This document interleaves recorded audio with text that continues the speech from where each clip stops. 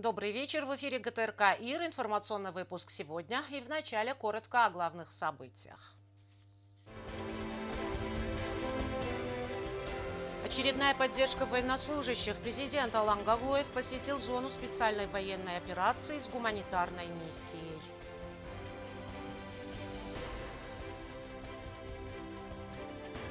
Кабинет министров утвердил новые тарифы на жилищно-коммунальные услуги на 2026 год. Расскажем о повестке дня заседания правительства.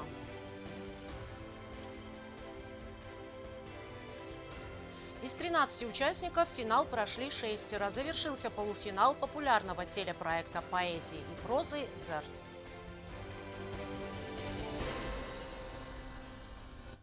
В преддверии Нового года глава государства вновь посетил бойцов в зоне проведения специальной военной операции. Очередная гуманитарная помощь из предметов первой необходимости, продовольствия, спецодежды, технических средств и бытового оборудования будет распределена между подразделениями, где несут службу осетинские защитники. Глава государства выразил бойцам признательность за самоотверженность и смелость при выполнении боевых задач во имя интересов нашей общей Родины Российской Федерации. Алана Гаглоева в поездке сопровождают начальник Государственной службы охраны Андрей Кочьев, заместитель министра обороны Инал Сабанов, заместитель председателя КГБ Александр Туаев, командир отряда милиции особого назначения Алим Габараев, представители президента в зоне СВО Алан Плиев и Сармат Чочьев. Президент Южной Осетии Алан Гаглоев в очередной раз посетил зону специальной военной операции с гуманитарной миссией. Глава республики регулярно поддерживает военнослужащих, находящихся в зоне проведения СВО. В зону спецоперации был доставлен гуманитарный груз, который станет дополнительной поддержкой и поможет бойцам в выполнении повседневных задач на линии фронта. В перечень вошли предметы первой необходимости: продовольствие длительного хранения, теплая одежда, средства индивидуальной защиты, медикаменты, техническое оснащение и бытовое оборудование.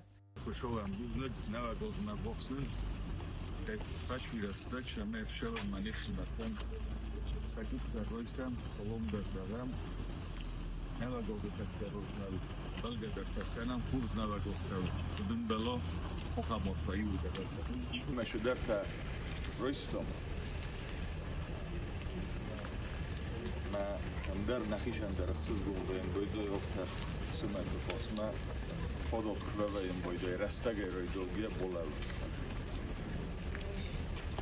Юхот дармон, штарбузна юхот дармон нафет белезут. Тенджаба хаем бора морбгейто сумоханах сойлазар долкамандера бинунтан месажа.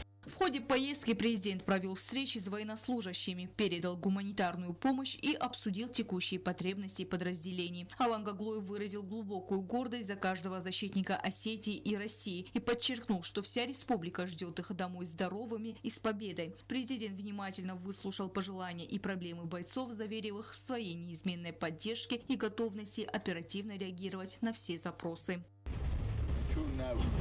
كمدر تجاني ما كسادور داي منشون لا وزو شتدابونو شتاسو جينو خاصية ما هو كمندر ويهودا ما هو مجلس كمان دش ماي وشودر وسط در نظر تنجوع تبايل در نفس الزواج ما هو شيء در دابوني راديانو كتلقون يا بينون تام يا حجر ولا خيجينو ديما ورزاي كتسنبلا Глава государства заявил, что каждый из бойцов успешно выполняет задачи, поставленные верховным главнокомандующим вооруженными силами России Владимиром Путиным в начале специальной военной операции. Алан Гаглоев отметил, что Южная Осетия была, есть и будет с нашей общей большой родиной Российской Федерацией.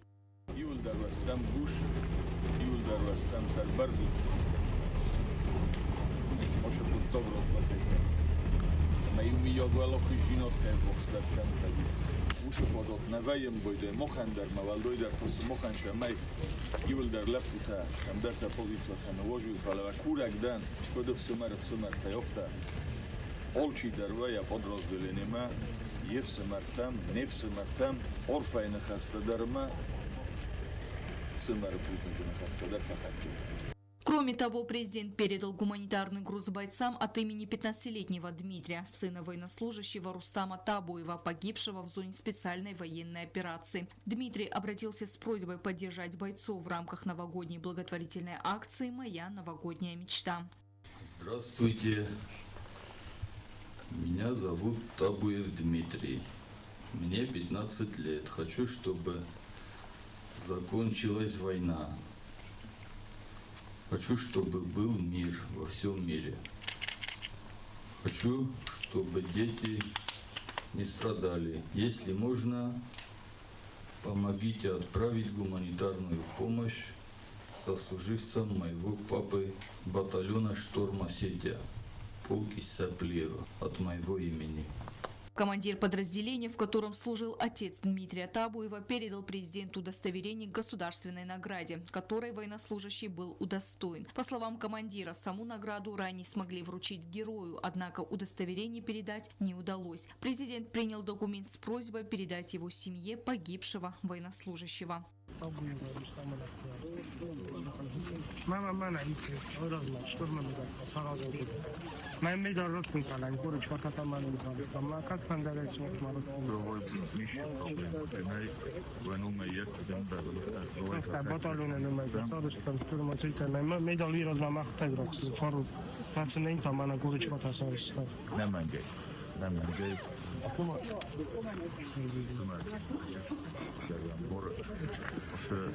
خوزخ بیرون هم فقط جامعه شد گفتر ایرون لگنا میبینی خیلی ویر خودو بیره و شد.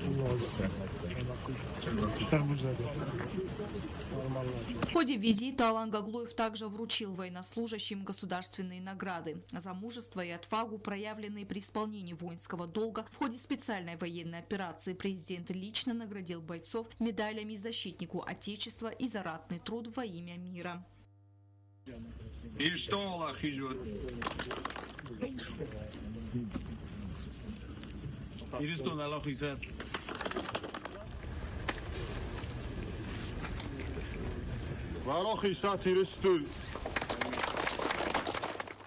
Президент Южной Осетии Алан Гаглоев поддерживает постоянную связь с бойцами, что позволяет ему быть в курсе всех событий и нужд, а бойцы, в свою очередь, чувствуют поддержку руководителя своей республики. Вопросы безопасности и благополучия бойцов находятся под ежедневным контролем главы государства. Стелла Бязарова, Зарина Таттаева. Информационный выпуск сегодня. На сегодняшнем заседании правительства утверждены новые тарифы на жилищно-коммунальные услуги, внесены изменения в госпрограмму «Поддержка и развитие малого и среднего предпринимательства» на 2025 год. Кабинет министров внес поправки в постановление правительства о переносе выходных дней в 2025 году. В соответствии с изменениями 31 декабря текущего года объявлен выходным днем. Зарина Кочева обо всем подробнее. Кабмин Южной Осетии внес изменения в государственную программу «Поддержка и развитие малого и среднего предпринимательства» на 2025 год. Как отметил министр экономического развития, выступавший с докладом по этому вопросу, внесение поправок обусловлено изменениями финансового обеспечения государственной программы. Согласно проекту об изменениях, вносимых в государственную программу, размер ресурсного обеспечения программы увеличивается на 7 миллионов 800 тысяч рублей. Источником финансирования при этом являются собственные средства фонда. Общий объем финансирования государственной программы с учетом трансферта, который поступил в фонд из государственного бюджета в размере 38 миллионов 700 тысяч, составил 46 миллионов 362 тысячи рублей. Изменения, внесенные в объемы источников финансирования государственной программы, повлекут за собой рост основных целевых показателей реализации программы в 2025 году и не требуют дополнительных ассигнований из государственного бюджета. В ходе заседания правительство утвердило и новые тарифы на жилищно-коммунальные услуги. Электроснабжение.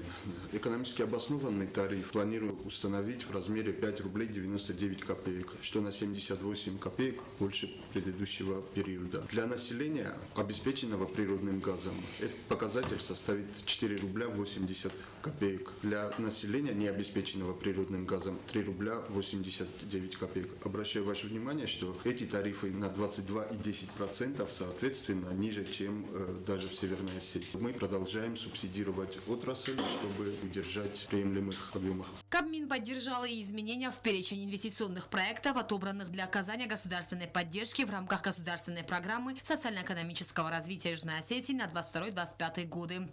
В данном случае мы перераспределяем средства на оказание государственной поддержки в части затрат, связанных с приобретением оборудования и техники, а также строительства инфраструктуры государственной собственности. Поправки внесены в постановление правительства о переносе выходных дней в 2025 году. В соответствии с изменениями 31 декабря текущего года объявлен выходным днем. По поручению президента в целях рационального использования работниками выходных и нерабочих праздничных дней предлагаем выходной день с субботы 27 декабря перенести на среду 31 декабря. Таким образом, 31 декабря наше население будет отдыхать. Кабмин утвердил и новый состав санитарно-противоэпидемиологической комиссии правительства. И сегодня же из резервного фонда правительства Кабмин выделил денежные средства для оказания материальной помощи 2 погорельцам. Зарина Кочиева, Айда Кочиева, Сармат Гузитаев. Информационный выпуск сегодня. Благоустройство городских улиц в рамках реализации инвестиционной программы продолжается. С раннего утра дорожные службы приступили к укладке второго слоя асфальтового покрытия на улице Розы Кочесовой. Также специалисты укладывают тротуарную плитку. Все 9 столичных улиц, внесенных в инвестпрограмму на текущий год, будут сданы в эксплуатацию до конца месяца. Подробности далее. Строительство 9 столичных улиц в рамках реализации инвестиционной программы подходит к завершению. В ближайшее время работы будут выполнены в полном объеме. Сегодня дорожные службы приступили к укладке второго слоя асфальта на улице Розы Кочесовой. В работах с раннего утра были задействованы несколько единиц специальной техники и рабочий ГУП «Югосетстройинвест». Асфальтирование на объекте завершат в течение 2 дней, отмечают строители. На данный момент мы на улице Кочесовой укладываем второй слой асфальта, ведем работы по обустройству улицы, дорожных знаков и так далее. Работы по благоустройству проводятся и на других 8 улицах. На некоторых второй слой асфальта уложен. Планируется завершить работы в течение 2 дней. После нее мы переходим на улицу Шаумяна и Ванадскую, где мы также планируем в течение до конца недели уложить второй слой асфальта, закончить работы по обустройству, установке дорожных знаков и разметке. И в начале следующей недели перейти на улицу Маяковского и там также уложить уже первый слой асфальта, чтобы начать готовиться на завершение благоустройства этой улицы. На всех объектах работы выполнены капитально, начиная от замены подземных коммуникаций и заканчивая благоустройством тротуаров и установкой новых опор освещения. Помимо дорожного полотна специалисты укладывают тротуарную плитку.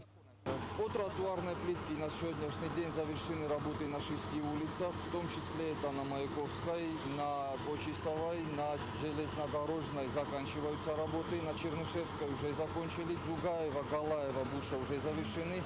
Остаются по брусчатке основные работы на 2 улицах, на Ванадскую и на Шаумяна. По материалам на новой неделе туда запланирован завоз, и в течение 10 дней уложить и там. Сюда привлечены 2 бригады, которые, соответственно, на этих улицах должны завершить до Нового года эти работы. По словам строителей, все объекты дорожной инфраструктуры, внесенные в инвестпрограмму, к концу года будут введены в эксплуатацию. 9 капитально благоустроенных улиц значительно улучшит городскую среду, сделает ее намного комфортнее для горожан. Анжела Кокоева, Регина Черткоева, Азамат Кудзеев. Информационный выпуск сегодня. Определились финалисты масштабного телевизионного конкурса поэзии и прозы «Дзерт». Из 13 участников полуфинала в завершающий этап конкурса прошли 6 школьников. За 4 сезона телепроект набрал большую популярность. Имена победителей станут известны 22 декабря. Торжественное мероприятие пройдет на сцене Государственного драматического театра. Проект реализуется при финансовой поддержке президента Алана Гаглоева.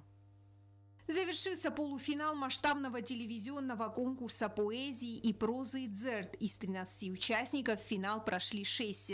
Наставникам было непросто сделать выбор, так как конкурсанты показали высокий уровень подготовки. Решением жюри в финале конкурса поборются Арсен Бакаев, Георгий Бетеев, Мария Гаглоева, Алина Джабиева, Давид Кулухов и Эрик Тедеев. Наставниками творческого проекта 4-го сезона являются корреспондент ГТРК и Роксана Джуева, один из авторов проекта Григорий Мамиев и заслуженная артистка Республики Южная Осетия Эмма Хасиева. В этом году в телепроект были внесены изменения, согласно которым наставники выступают и в качестве членов жюри. Финал и суперфинал состоятся уже 22 декабря на сцене Государственного драматического театра. Тогда и станут известны имена победителей. Сейчас авторы и организаторы телепроекта активно готовятся к финалу. Ардага хсафтамдан ва ин бойдо репетициотан. Отсос проектовет биран нугзинатта. Фазандар финал кундузан дуа хоя. Финал ама суперфиналай. Исмозу нугзинаттадар. Фалаван ведуна мабун захан намоу. В торжественном мероприятии помимо конкурсантов примут участие и звезды юго-осетинской эстрады. Ведущий телепроекта Тимур Дзуцев представит новую песню под названием «Земля». Ян хастаман нафста момитегри. Музикото тотото модина. Тенгрес сулзорагу. Фасивада зардама тенгфасавзан. Нертакел кус оранжировщик. Маненцаттавзан финалма. Энқалмам касам дун декагам тикабарам. Июлиума бофидор канам. Нотсун телепроект Дзердоходишита. Телепроект «Дзерд» ежегодно реализуется при финансовой поддержке президента Алана Гаглоева. Национальный проект направлен на выявление талантливой молодежи, популяризацию осетинского языка среди подрастающего поколения и призван привлечь внимание учащихся к развитию и сохранению родного языка. Жирдем проект манан мазардама тенгша уманамаджо гананис ирану квещета бозуноима бирану гумжавгата. Жирд проект свалат розма канама савожи шамай сакурдио травдисой. Финал мохастама кайзагана қавхсыз гуману. Ма қумана хиджаба хравдисам. Ожме азунуима ирестуна қабулта хурзавдисен сахи. Манайран финал мохастан. Мананжер тенгша мазардама витахайма ирестун иронавзагуи розмакана. Ма витенгештаркосту ма тенхуршедару. Ма код участник там фандазаган ма микрофон нол тарсен, сцена дар тризен нол тарсен, камера дар нол тарсен. Вира амбалтам инжфазен дизунга тама видар кайзагнага охшчогу. Ерон финал мохастан тахсен фала таранжан фитчогу натрайсен. Авторами проекта являются Григорий Мамиев и Юлия Бестаева. Уже 22 декабря члены жюри определят, кто пройдет в суперфинал, а победителей конкурса выберут телезрители посредством СМС-голосования. Финальное мероприятие может посетить любой желающий. Вход свободный. Яна Плиева, Алена Утаева, Владислав Пащенко, Зарема Арсоева. Информационный выпуск сегодня. В Москве завершился семинар по мобильной журналистике для сотрудников русскоязычных зарубежных СМИ. В мероприятии приняли участие 22 представителя СМИ из ближнего и дальнего зарубежья. Нашу республику на семинарах представили корреспондент ГТРК Ира Гонда-Гобозова и журналист информационного агентства РЭС Зарина Хубаева. Основная часть занятий посвящалась работе в век цифровых технологий, а также созданию контента. ТАСС собрал представителей СМИ из разных стран на обучающий семинар по мобильной журналистике. В нем приняли участие и представители нашей республики. В течение 10 дней участники тренинга изучали, как работать с новыми цифровыми форматами и искусственным интеллектом. Освоили и инструменты мобильной съемки для создания контента. Лекции и мастер-классы участникам семинара читали преподаватели Московского государственного университета и именитые российские журналисты. Среди них ведущие сотрудники информационного агентства ТАСС. Я очень рада на самом деле, что мне выпала такая возможность участвовать в семинаре от ТАСС. Тема у нас основная была про нейросети. Сейчас они очень актуальны, все больше и больше людей ими пользуются. И я тоже не стала исключением. На самом деле до этого у меня активного такого опыта пользования нейросетями не было.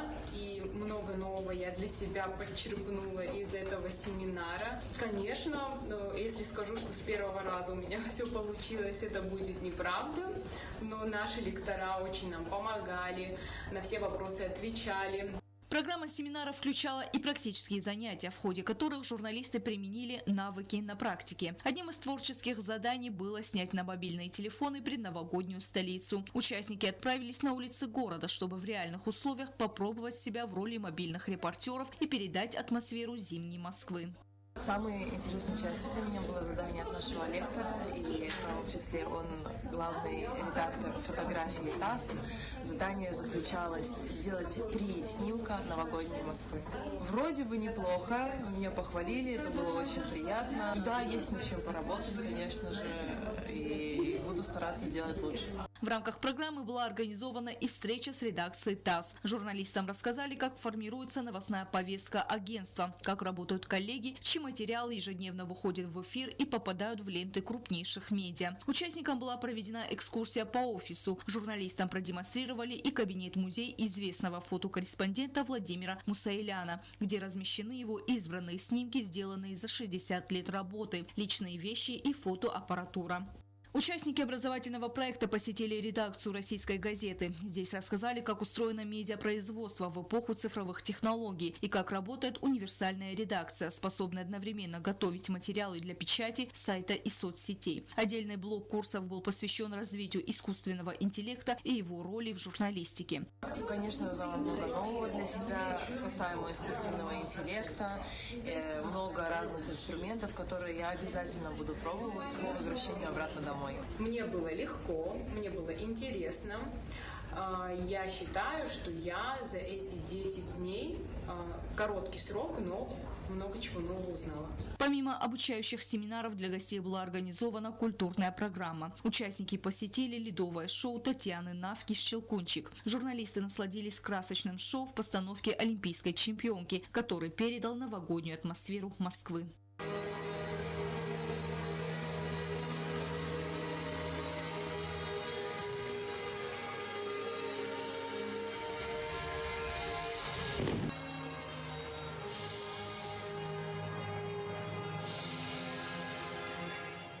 В завершении семинара организаторы подвели итоги и в торжественной обстановке вручили сертификаты всем участникам образовательного мероприятия.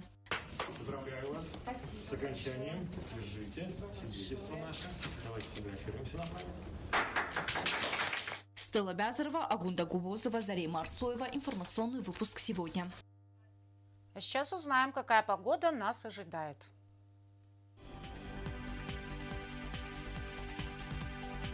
В республике ясно. В Заурском районе днем +7, ночью -3. В Заурском районе днем +5, ночью нулевая температура.